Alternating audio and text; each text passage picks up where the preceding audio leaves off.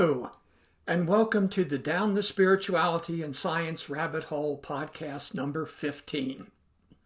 Christian Schizophrenia, the religion of Jesus versus the religion of Paul.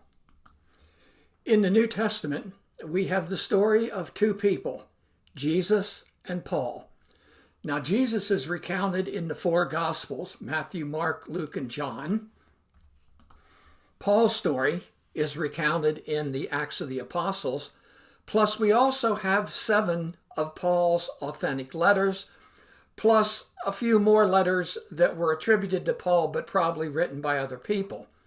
And thrown in for good measure, we have the book of James, written by Jesus' brother, and the book of Jude, written by another one of Jesus' brothers. This podcast will compare the individual teachings of Jesus and Paul. I think you will find that they are two very different religions for which the whims of history have combined into a single religion of Christianity.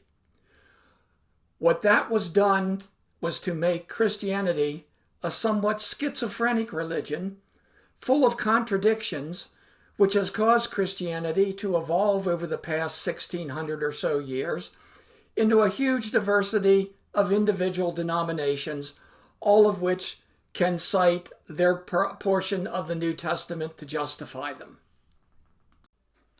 The idea that Christianity developed gradually from its beginnings, based on the teachings of Jesus, but perhaps making certain additions or changes as the tradition developed, has a powerful hold even among the most liberal of scholars. Christianity, unfortunately, did not develop this way. Rather, there was wide discord in early Christianity. Had the followers of Jesus uniformly remained a Jewish sect, Christianity very likely would not have become the religion of the Roman Empire. The idea that Christianity developed gradually from its beginnings, based on the teachings of Jesus, is not correct. There were two religions involved, the religion of Jesus and the religion of Paul. The final resolution achieved by Orthodox Christianity was that Christians had no allegiance to the law of Moses as such, but rather first to Jesus and the church he founded, which replaced the law of Moses. This resolution created a paradox. In the beginning, Jesus and all his followers and family were Jews. In the end, the church condemned the Jewish Christians as heretics. Who were the original Jewish Christians? Another name for them is Ebionites. Christianity was highly fragmented in the first centuries of its existence. A central issue among the various factions was disagreement over the relationship between the followers of Jesus and Judaism. We know what the beliefs of the later Jewish Christian Ebionites were with some degree of accuracy. They believed in simple living, nonviolence, were loyal to the Jewish law once the scriptures were purged of falsifications made by those coming after Moses, and they thought of Jesus as the true prophet predicted by Moses. Their focus was on the content of the law, not on rewriting Jewish theology to include Jesus as one part of the Trinity. The Ebionite explanation of Jesus makes the most sense in the context of history. It explains numerous things that virtually everyone agrees are part of the historical Jesus. His Jewishness, his baptism, his opposition to violence and materialism, and even his death. It also explains the subsequent development of Christianity, the development of schisms in the early church, the opposition between Paul and the Jewish Christians in Jerusalem, the impact of the Jewish revolts on Jewish Christianity, and the broad diversity among New Testament texts. Jewish Christianity continued to exist for over 400 years from Jesus' death, but was eventually condemned by other Jews as well as other Christians, and eventually ceased to exist. This much is historical fact. The view of present Christian churches that Jesus was understood better by his Gentile followers than by those who actually shared his religion is highly questionable. A new but devastatingly simple hypothesis that Jesus was a Jew and that the Jewish followers of Jesus were his spiritual heirs now commands our attention. Here's a picture of Jesus' family tree. And as you can see, it's a fairly large family. Mary and Joseph apparently had 7 children. Now, that's quite a feat when the Catholic Church that says Mary was forever virgin until she died, but history shows that Jesus had 6 other siblings. There were a total of 5 boys and at least 2 girls that are unnamed. The family tree shows those members of the family whose names and relationships to Jesus are definitely known. The 4 brothers of Jesus are named in the Gospels of Matthew, chapter 13, verse 55, and also in Mark, chapter 6, verse 3. We can be sure that James was the eldest of the 4 brothers, and Joses was next in age, but since Matthew and Mark differ in the order in which they list Simon and Judas, we cannot be sure which one was the youngest. The name Joses, which Mark gives to the second brother, was a common abbreviated form of Joseph. No doubt Joses was commonly known by his short form in order to distinguish him from his father Joseph. In English usage, Jesus' brother Judas has been conveniently known as Jude, so as not to confuse him with Judas Iscariot, who betrayed Jesus. And this form of Jude is the name used throughout for a New Testament letter attributed to Jude, the brother of Jesus. There's also a letter of James in the New Testament as well. All 4 names are among the most common Jewish male names of the period. According to the historian Hegesippus, Jesus' putative father Joseph had a brother named Clopas. The name is extremely rare. Only 2 other certain occurrences of it are known. One of these is in John chapter 19, verse 25.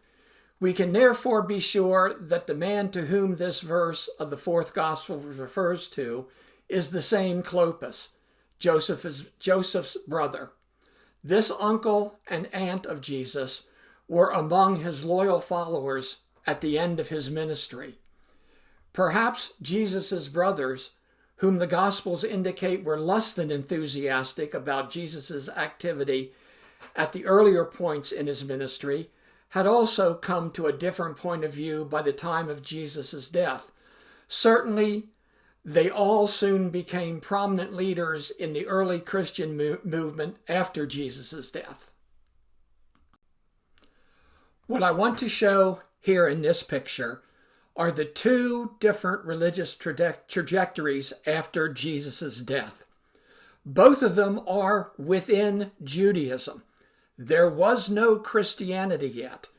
Christianity didn't separate from Judaism as a separate religion until it started around 100 CE, and it progressed and was finally finished, and they were totally separated by about 150 CE. What we're looking at in this slide is history in Judaism. Both Jesus and Paul were Torah-observant Jews until the day they died. Now, it's often said that Paul converted to Christianity with his visionary experience on the road to Damascus. That's not possible because Christianity did not exist at that time. What Paul converted to was the belief that Jesus was the true Jewish Messiah. Now, here's another interesting fact. All of the books of the New Testament were most likely written by Jews. They were not written by Christians for Christians. They were written by Jews. And again, the reason is because almost all of these books were written possibly before 100 CE, and Christianity did not yet exist. Now, there is an ongoing debate as to whether possibly Luke and Mark, the gospel writers, might possibly have been Gentile followers of Paul, or they might have been diaspora Jews.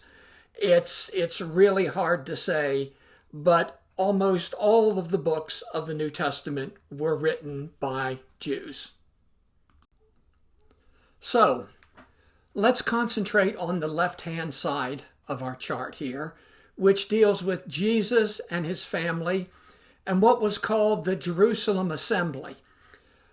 The actual Greek word that is used for it is ecclesia, which sometimes gets translated as church, but probably better translated as an assembly.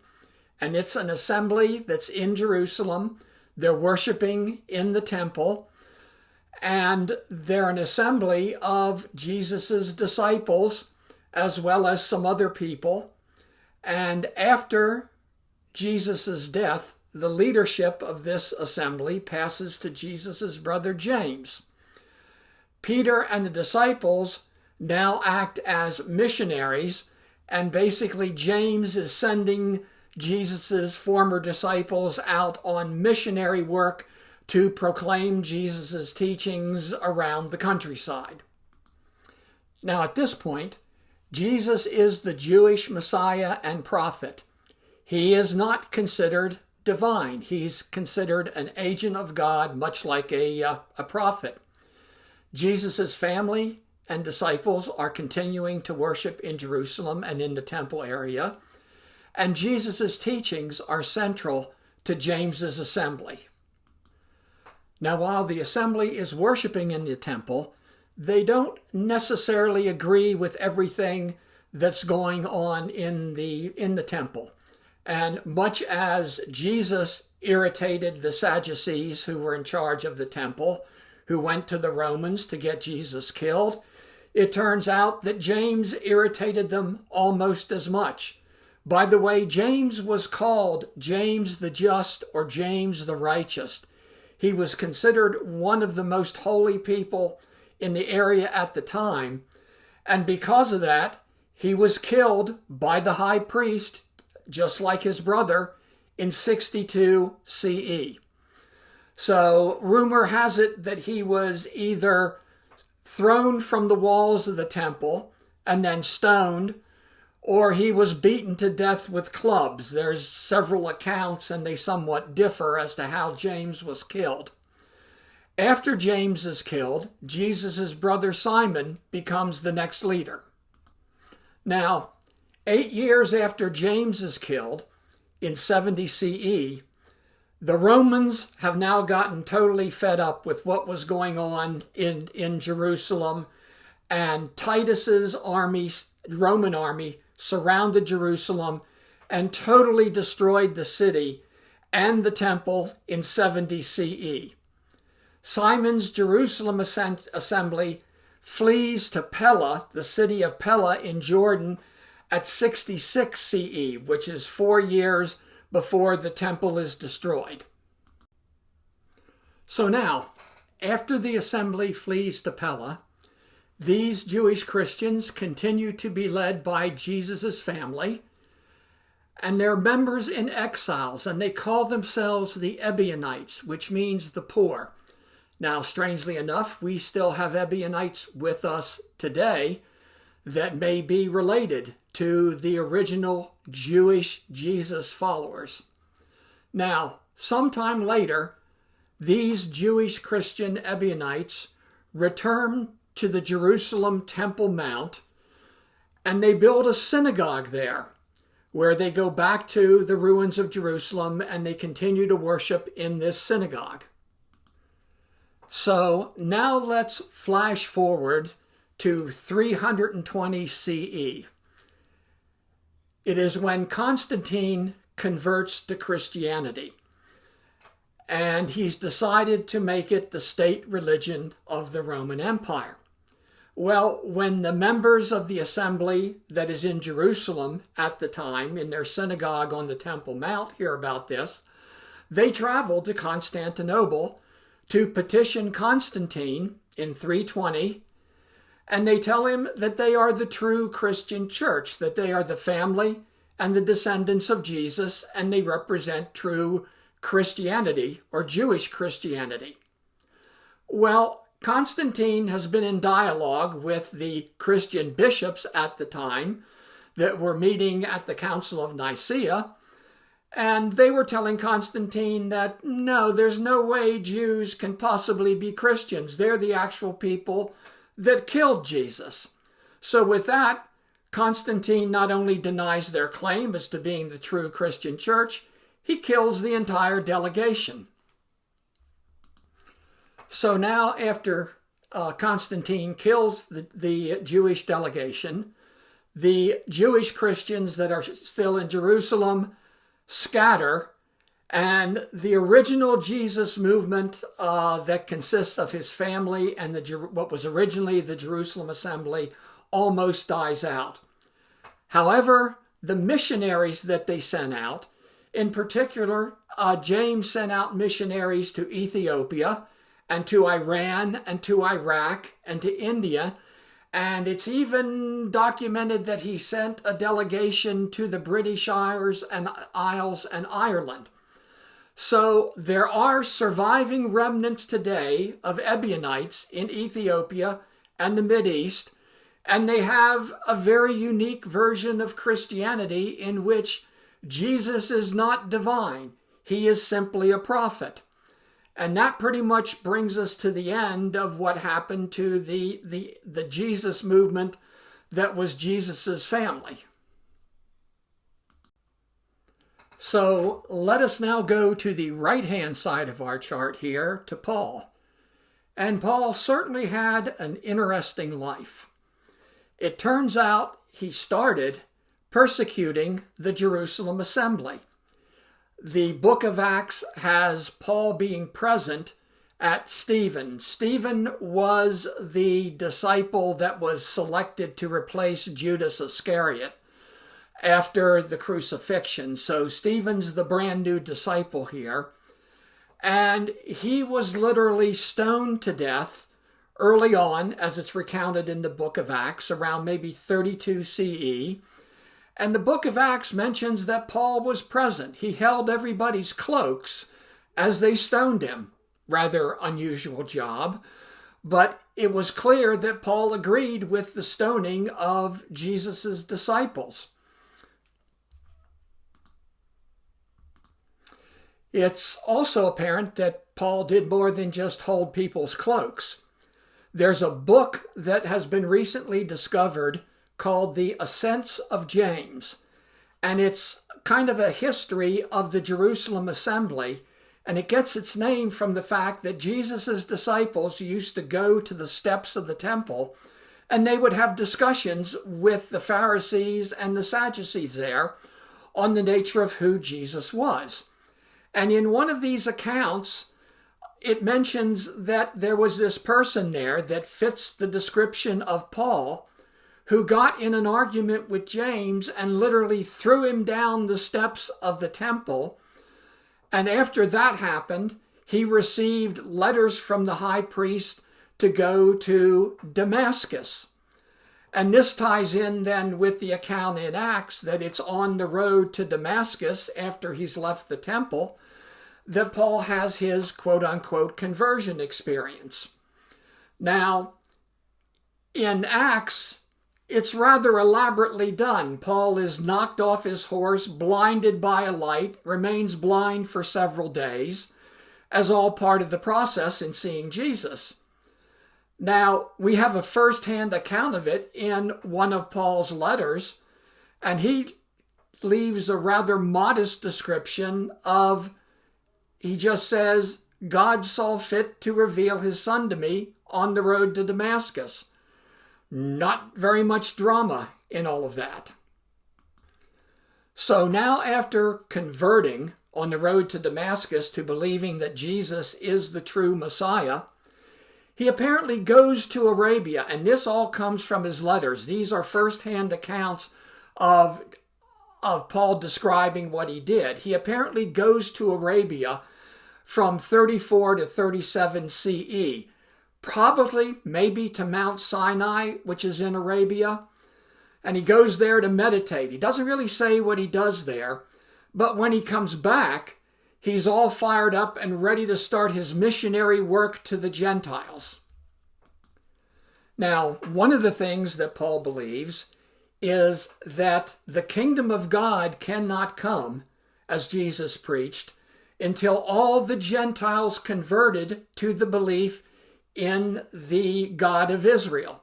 They didn't necessarily have to become Jews, because Judaism is not only a religion, it's a nationality and an ethnic group. But Gentile believers in the God of Israel were called God-fearers. And Paul believed that all the Gentiles had to convert to become God-fearers before God would move and the kingdom of God would come to the earth. So at this point, Paul goes to the Jerusalem assembly to meet with James. And this is what is called in Acts the Jerusalem Council. He goes there to meet with James and several of the disciples, and James gives him the authority to go and take the message of Jesus to the Gentiles. And at this point, it's worth noting that the relationship between Paul and James was a strained one. Obviously, the Jerusalem assembly extended Paul some grace here, and basically said he could take the message to the Gentiles. But there was always a great deal of friction between Paul and James and the Jerusalem church. Now, part of the deal with the Jerusalem Council was that Paul got to take with authority his mission to the Gentiles, but James also said he had to raise money for the poor. And this probably refers to the fact that the Jerusalem assembly referred to themselves as the poor, or Ebionites.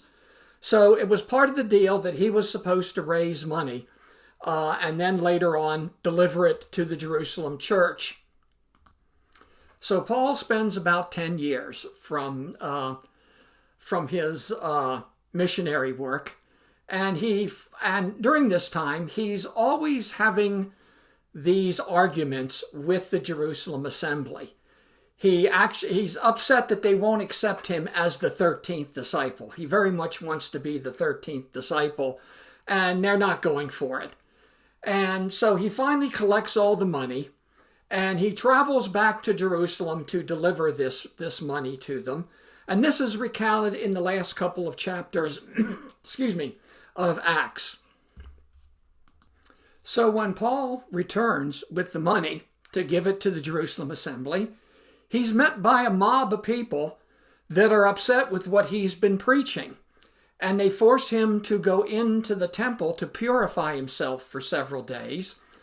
And when he comes out of the temple, he's arrested. The mob has apparently gone to the Roman authorities, and they have the Roman authorities arrest Paul. And strangely, through all of this, James is very silent. There's no mention that he says anything to defend Paul, and it doesn't look like he accepts the money either.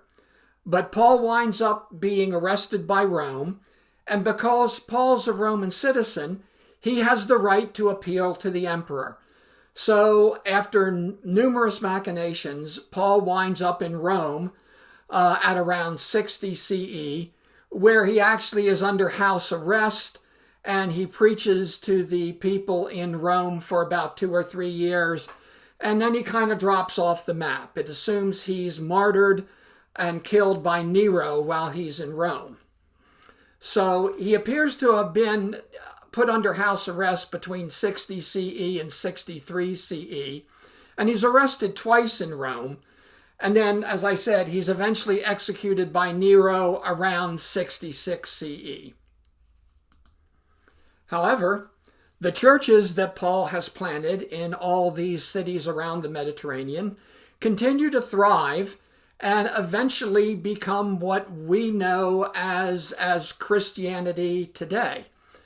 As I said, Paul's Gentile Christians eventually split with Jewish Christians, finally around 150 CE, and they become two separate and distinct religions at that point, with Jewish Christianity remaining within Judaism.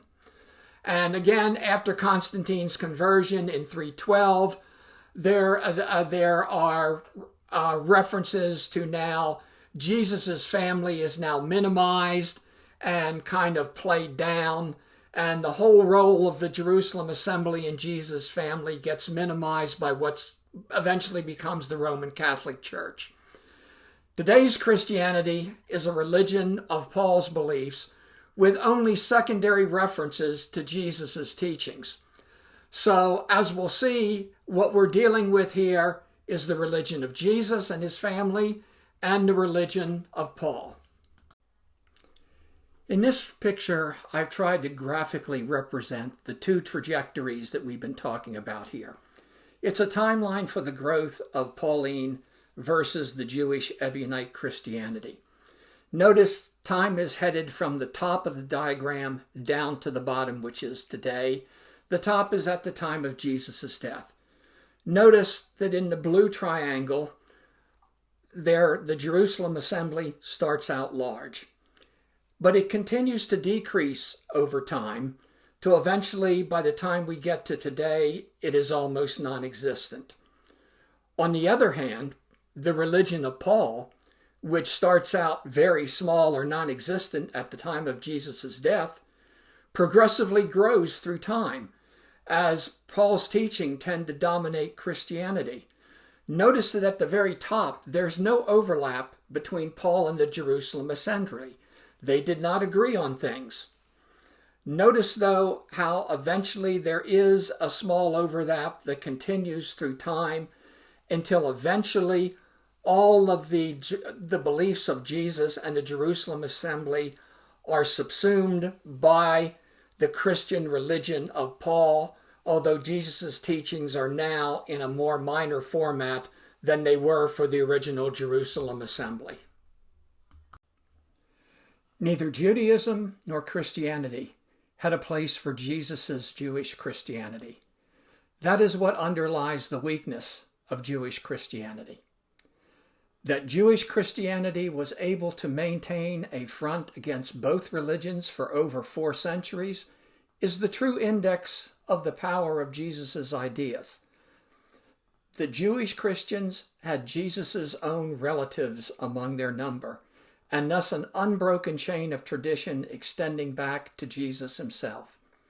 As time progressed, Jewish Christianity shattered, breaking down into numerous diverse fractions whose true differences elude us. On the essentials, though, all of these fractions are in agreement. For better or worse, Judaism defined itself in terms of its unsuccessful revolts against Rome, and this was something which was incompatible with the message of Jesus in any of its forms. Judaism also correctly saw that the Christian message, because of Paul, had become largely a Gentile message which was incompatible with the Torah and which substituted the authority of the church for the Torah of Moses. Gentile Christianity, for a variety of reasons, became antagonistic toward all Jews. From the point of view of Gentile Christianity, the Jews had rejected Jesus, and the destruction of the temple and of Israel was God's judgment on them. The literature of Christianity evolved to reflect this growing antagonism towards the Jews. With the myth of Judas and the Jewish mob crying, "Crucify him, his blood be on us and on our children," creeping into the New Testament, enabling Christians to conveniently backdate the Jewish rejection of Jesus to the time of Jesus himself.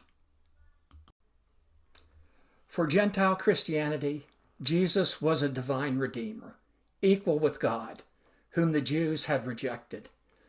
The Christology of Gentile Christianity evolved into a form that was as anti-Jewish as possible while still conceding that Jesus was a Jew. Thus, history was rewritten by both sides, and the Jews and Christians took separate paths, both sides ignoring the original religion of Jesus. There was literally no room at the inn for the message of the Jewish Jesus in either Judaism or Christianity. The history of true Ebionite Jewish Christianity of Jesus and his family is a challenge both for the historian and for the Christian. It is a challenge to the understanding that the vision of Jesus is something that goes and does not mess easily with the easygoing and all-pervasive vision of today's Christian church. So, I'm going to do something that I very rarely do. I'm going to split this one into two parts. Ran a little bit longer than what I thought, but I've given you quite a bit to look at and digest. In the next podcast, which will be part B, I will go into detail of the religion of Jesus and the religion of Paul, and how in some ways they were similar, but in many ways they were two very different religions. So until then, enjoy.